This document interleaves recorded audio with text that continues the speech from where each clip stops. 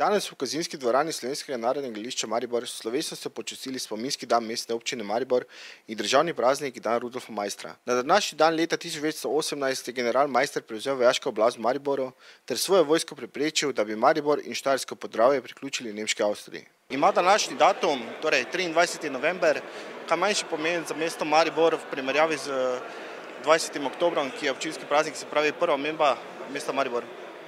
Ne, oba dva datuma so pomembna, pa še kakšen. Mislim, da so danes naši mariborski dijaki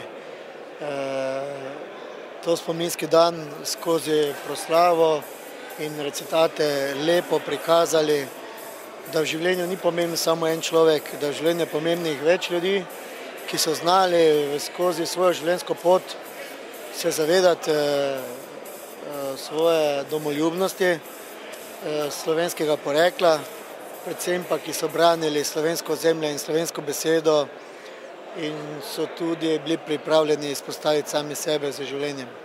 Pa obstaja možnost, da postane današnji datum kdaj občinski praznik? Glejte, v tem danem trenutku ne razmišljam. Maribor že vrsto let praznuje občinski praznik oktobra. Mislim, da je prav, če je ta datum, da je to spominski dan, da ima skoraj popolnoma enako težo kot pa občinska proslava. Pa gledajte, dvorane so polne.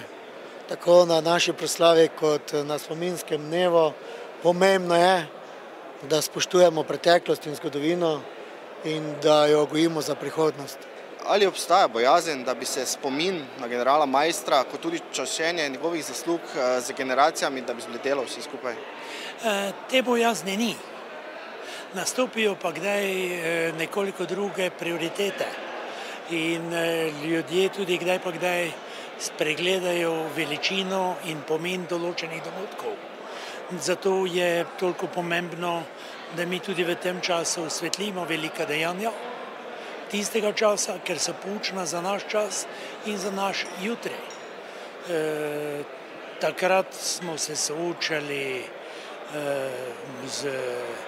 v eni situaciji je bil slovenski narod ogrožen, danes pa mi vemo, da nastopajo druge skušnjave. In zato je potrebno v Slovencih permanentno gojiti, tako kot vsi državotvorni narodi gojijo, ljubezen do domovine. In to se začne seveda z materinim mlekom. Ali vam je ljubši general Maister v pojavi generala, se pravi vojaka, voščaka ali kot pesnik? Rekli bi, da on je posrečena kombinacija enega in drugega, težko si ga je predstavljati. Slovenske vojske ni bilo brez pesmi in on pa osebla oboje.